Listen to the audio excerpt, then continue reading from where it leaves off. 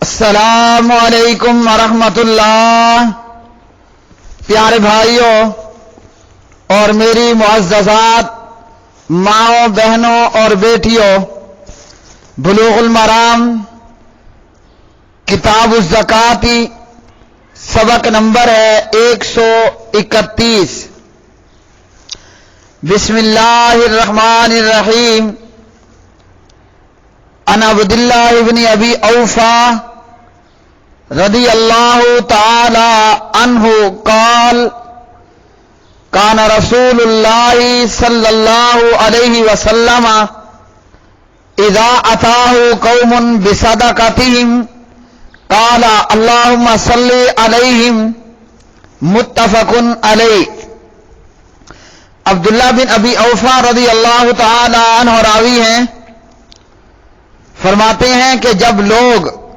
مسلمان مومن جب لوگ زکوٰۃ لے کر نبی علیہ الصلوۃ والسلام کی خدمت میں حاضر ہوتے تو نبی علیہ الصلوۃ والسلام زکوٰۃ کا مال لے آنے والوں کے لیے یوں دعا کرتے، اے اللہ ان پر رحم و کرم فرما۔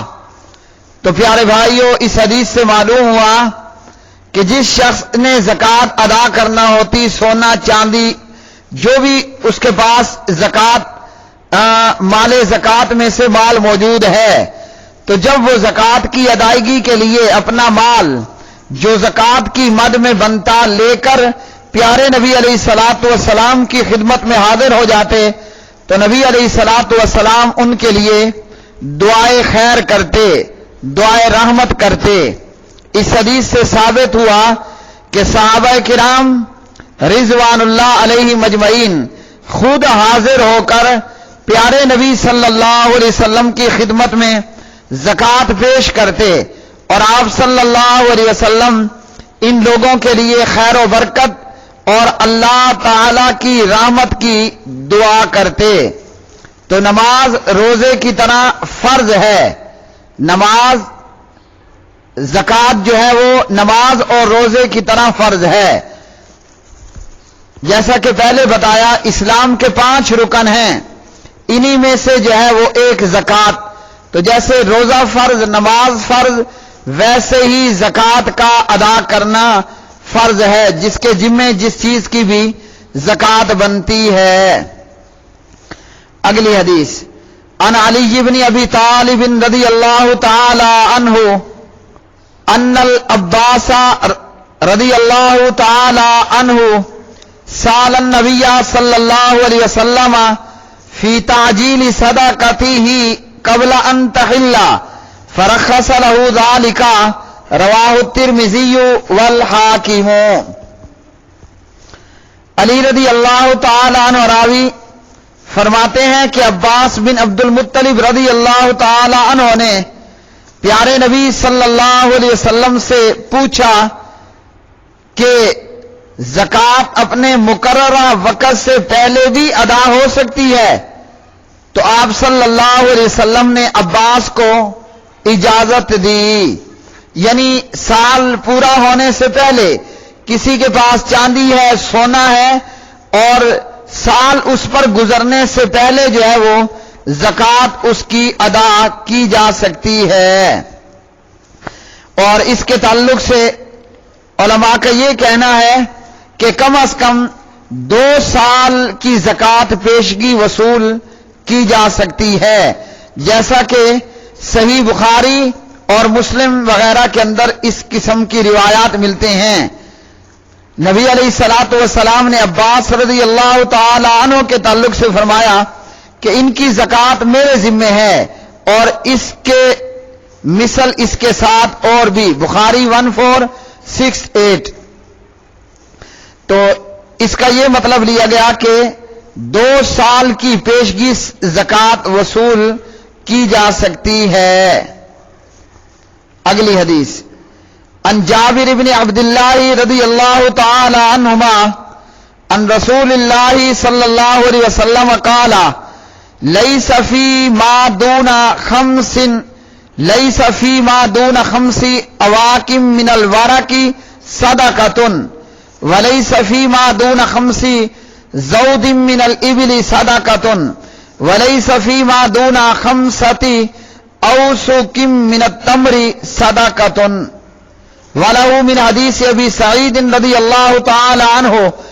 ليس فيما دون خمسة اوساق من تمر ولا حب صدقۃ واصل حدیث ابی سعید۔ حضرت جابر بن عبداللہ رضی اللہ تعالی عنہما راوی نبی علیہ الصلوۃ والسلام نے فرمایا 5 اکیوں سے کم چاندی میں کوئی زکوٰۃ نہیں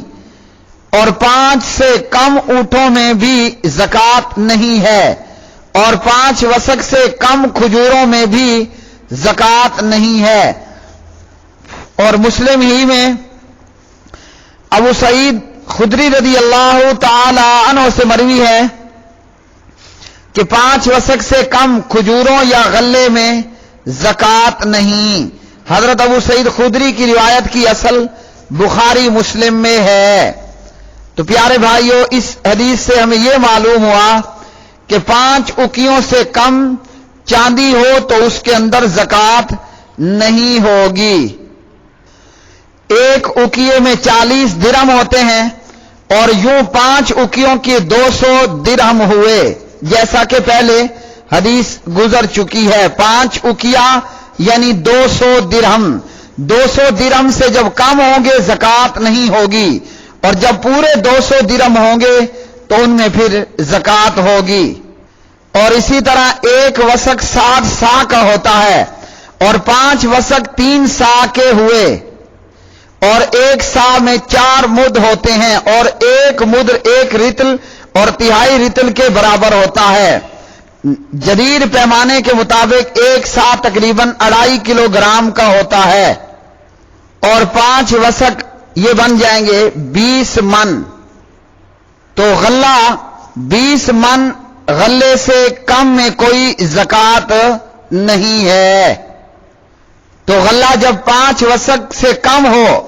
یا کھجوریں 5 وسق سے کم ہوں یعنی 20 من سے کم، ان میں پھر زکوٰۃ نہیں۔ 5 وسق سے کم کھجوروں یا غلے میں کوئی زکوٰۃ نہیں اور جب 5 وسق ہوں یعنی 20 من تو پھر اس میں زکوٰۃ ہے۔ اگلی حدیث عن سالم بن عبداللہ عن ابیہ عن النبی صلی اللہ علیہ وسلم قال فیما سقط السماء والعیون او کان عصریا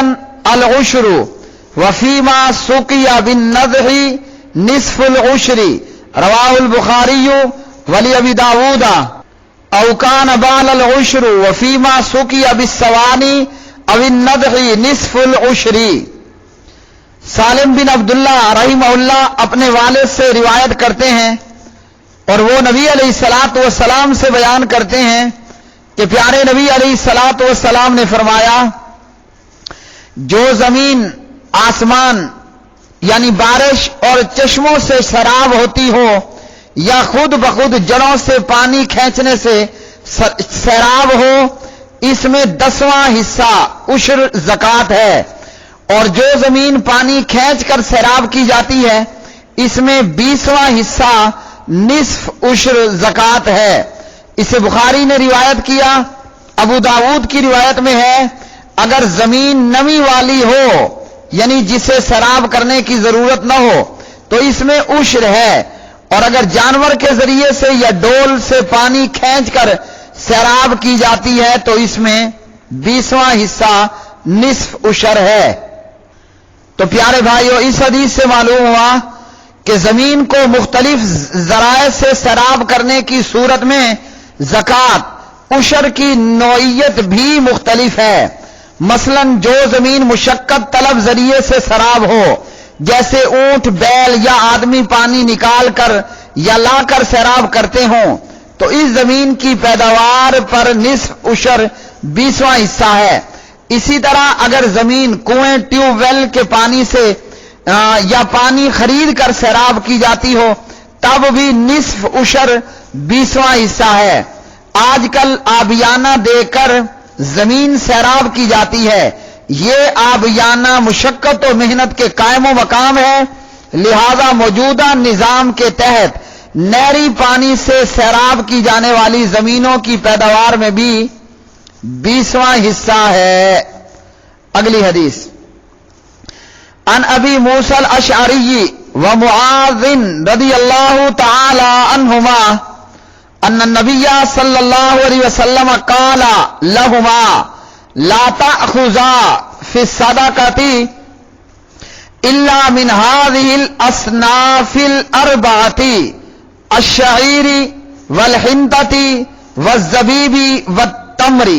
رواہ الطبرانی والحاکم وللدارقطنی عن معاذ قال فأما الكساء والبطیخ والرمان والقصب فقد عفا عنہ رسول اللہ صلی اللہ علیہ وسلم واسنادہ ضعیف۔ ابو موسیٰ اشعری رضی اللہ تعالی عنہ اور جناب معاذ بن جبل رضی اللہ تعالی عنہما، ان دونوں سے روایت ہے، نبی علیہ الصلوۃ والسلام نے ابو موسیٰ اور معاذ سے فرمایا، جو گندم، منقع، کشمش اور کھجور، ان 4 اصناف کے علاوہ کسی غلے پر جو ہے وہ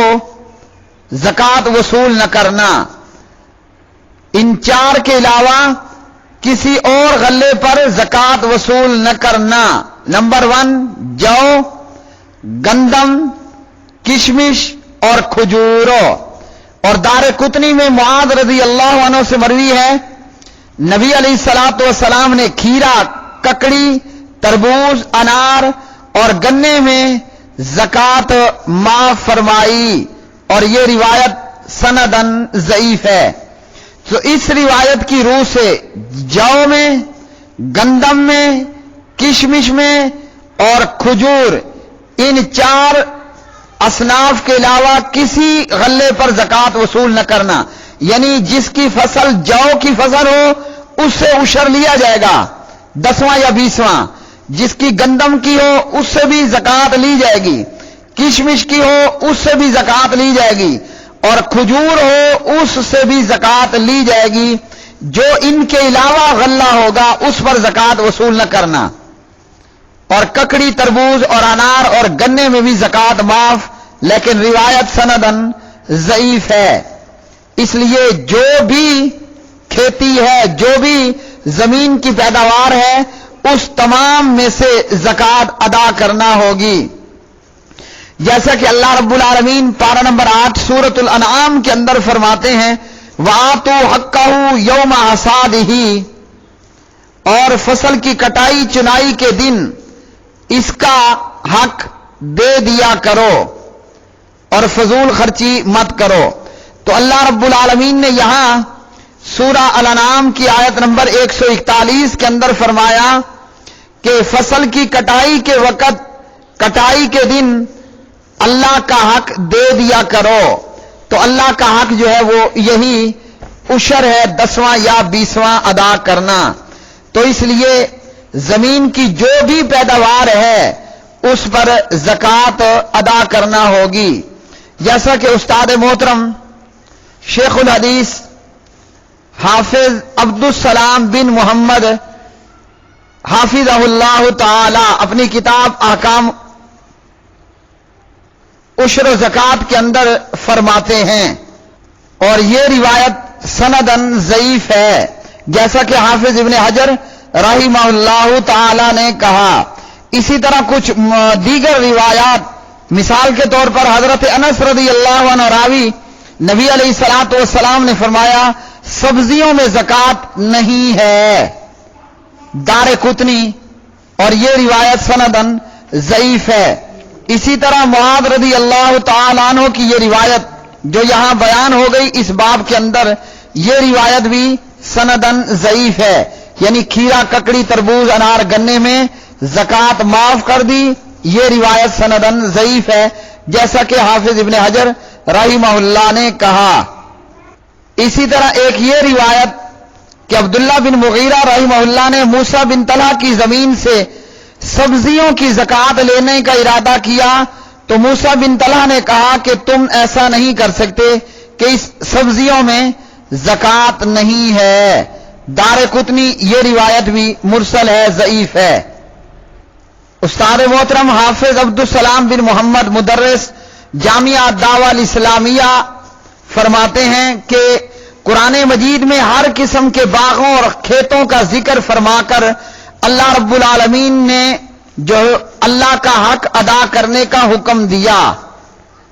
تو اس لیے جو بھی کھیتی ہے اس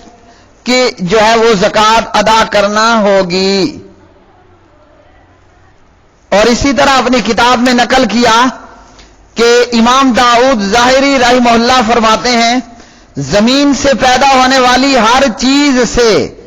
زکوٰۃ واجب ہے جو آمدنی کا ذریعہ ہو، اور اسی طرح جس چیز میں ناپ تول جاری ہوتا ہو اس میں وجوب عشر کے لیے نصاب شرط ہے، اور جو چیز ناپ تول میں نہیں آتی ان میں قلیل و کثیر تھوڑی یا زیادہ میں عشر واجب ہے۔